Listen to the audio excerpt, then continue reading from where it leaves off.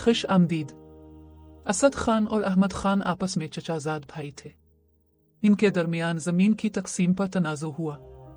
बात कुछ भी न थी, मामूली सा मसला था।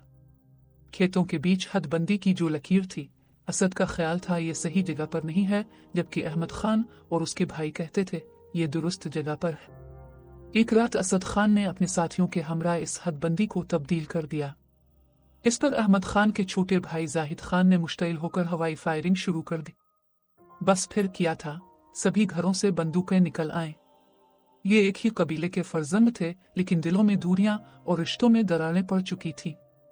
बात हदबंदी की तब्दीली ना थी, इसके पीछे कोई और मामला था, और ये मामला सभी को मालूम था।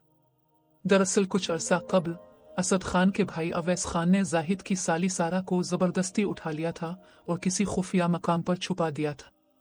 2 माह बाद वो औरत वहां से भाग आने में कामयाब हो गई, जिसको इसके खावंद ने कत्ल कर दिया, लेकिन अवैस खान हाथ ना आ सका।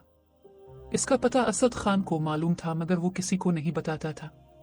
इस बात का जाहिद खान को रंज था। अब जब कोई बहाना हाथ आता, ये बंदूकें तान लेते। इस बार झगड़ा शुरू हुआ तो बुजुर्ग दरमियान में आ गए और अपनी नपी तली बातों से उन नौजवानों के गर्म खून को ठंडा कर दिया। उन्होंने बंदूकों की उठी हुई नालें हाथों से पकड़कर नीचे कर दी। ताहम वो रोज के तनाजों से तंग आ चुके थे, तभी जिरगा बिठाने का फैसला हो गया। हमें आज फरीकैन के दरमियान आखिरी तस्फिया करना है। उन्होंने कहा, ये आए दिन का झगड़ा फसाद अब खत्म होना चाहिए। तुम लोग एक ही पगड़ी के ताने बाने होकर झगड़ते हो, ये एहसन बात नहीं है। जिरगा के सरबरा ने सरजनिश की। अभी वो ये बात कर रहे थे कि जाहिद खान की बंदूक न जाने कैसे चल गई और गोली असद खान के मंझले भाई गोरिश खान को जा लगी। वो मौका पर हलाक हो गया। अब बारी इन लोगों की थी, जबकि जाहिद की माँ इससे लिपट कर बैन कर रही थी। वो फरीक मुखालिफ की गोली बेटे पर ना चलने देती थी। बुजुर्ग सर पकड़ कर रो गए। सुलह की जुस्तजू में उनके सामने ही एक चचाजाद ने दूसरे को कत्ल कर दिया था। इस खानदान की सब औरतें भी आपस में रिश्तेदार थीं। उनके बैन थमने का नाम न ले रहे थे। बिलाखिर एक अजीब फैसला हो गया। बुजुर्गों ने कहा, तुम लोग मकतूल का खून बहा ले लो। हम उनकी लड़की का रिश्ता आप लोगों को ले देते हैं, यही खून बहा होगा। ये वनी की रस्म थी कि मकतूल के वर्सा कातिल के घर से लड़की ले जाते थे तो सुलह हो जाती थी। बुजुर्गों का फैसला मंजूर करना ही था, वरना जो खून खराबा होता वो नस्ल दर नस्ल चलता और दोनों अतराफ से बेशकीमत जानों का जिया होता रहता। इन कबाइल में सरदार के फैसले की अहमियत अपनी जिंदगी से बढ़कर मुकद्दम रखी जाती है, लेकिन मसला यह था कि जिस लड़की को मकतूल के वनी में मांग रहे थे, इसकी उम्र बमुश्किल 8 बरस थी और ये जाहिद खान की बेटी जरताजा थी, जिसकी गोली से गोरिश खान की मौत वाक़ई हुई थी। असद खान इसका कलेजा नोच कर अपना दिल ठंडा करना चाहता था। ताजी एक मासूम गुड़िया थी। इस वक्त अपनी हमजोलियों के साथ सहन में गुड़ियों से खेल रही थी। असद ने इसी को वनी में तलब किया तो जाहिद तड़प कर रह गया। बच्ची इतनी कम सुन थी कि अभी वो शादी का बोझ बर्दाश्त करने के काबिल न थी, लेकिन वो तो इसी वक्त खून बहा के तौर पर वसूल करना चाहते थे। मकतूल की लाश उठाने से पहले और तदफीन से कब्ल सौदा चुकता होना था। ये एक खानदान के सरबरा के लिए बड़ा इम्तिहान था। तभी ताजी के दादा ने कहा, मेरी बेटी शादी के लायक है, मैं इसको वनी में देता हूं। असद नहीं माना, बोला, जिसने मेरे भाई पर गोली दागी है उसकी बेटी को वनी में लेंगे, वरना खून का बदला खून और सर का बदला सर होगा। एक सर की बात होती कोई मसला न था, यहाँ तो फिर कत्ल के बदले कत्ल का एक सिलसिला दराज चलने वाला था। गोया एक खूनी बाप खुल जाता। बुजुर्गों ने एक शर्त रखकर बात खत्म कर दी। ठीक है असद खान, तुम ताजी का रिश्ता लो, इससे अभी निकाह कर सकते हो। हम बच्ची को दुल्हन बनाकर तुम्हारे साथ कर देते हैं, लेकिन एक अहद करना होगा कि जब तक अपनी शादी का बोझ उठाने के काबिल नहीं हो जाती, ये तुम्हारे घर में हमारी अमानत होगी। शादी की रस्में बालिग होने पर ही होंगी। ऐसा ही होगा खानान। जब ताजी बाशऊर हो जाएगी तभी रस्म ही ना करेंगे। अभी तो हमारे आंगन में भी गुड़ियों के साथ खेलेगी।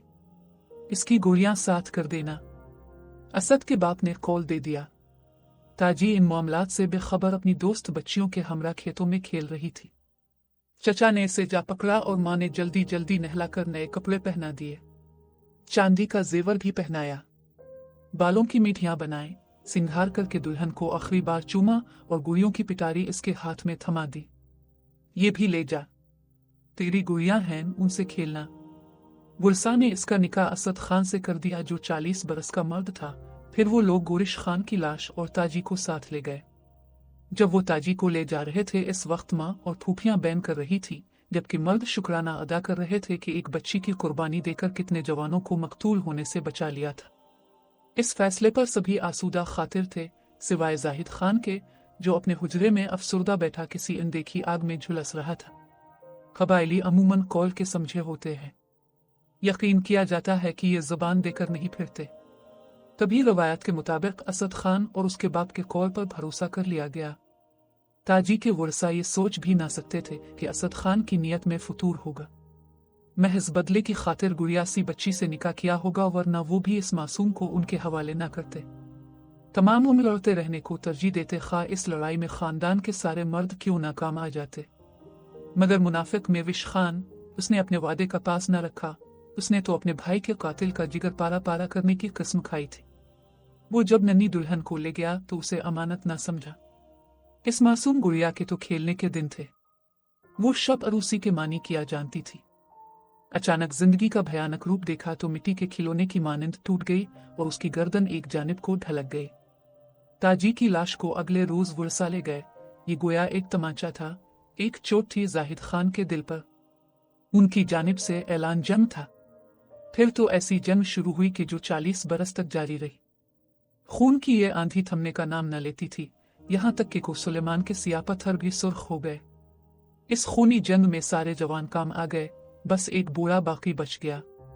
और वो बूढ़ा अवैस खान था, जो उसी रोज कहीं गायब हो गया था।